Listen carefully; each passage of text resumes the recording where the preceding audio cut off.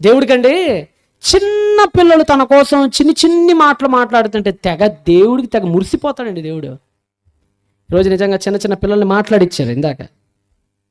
నిజంగా మీకు ఎలా ఉంటుందో కానీ దేవుడు లేదు, అలా చూస్తుంటాడు పరలోకంలో నుండి. అబ్బా ఎంత బాగా మాట్లాడుతున్నారు నా పిల్లలు, ఎంత బాగా పెంచారు ఆ తల్లిదండ్రులు నా గురించి అని దేవుడు చాలా ముచ్చట పడుతుంటాడు దేవుడు వాళ్ళని చూసి.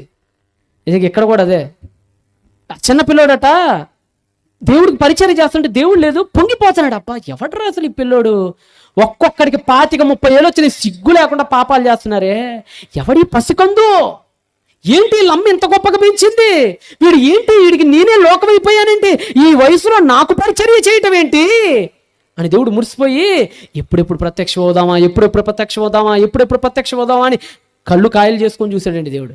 నిజంగా మీరు మొత్తం బైబిల్ చరిత్రలో మరొకసారి చెప్తున్నాను నేను, ఆదాము నుండి ప్రకటన గ్రంథం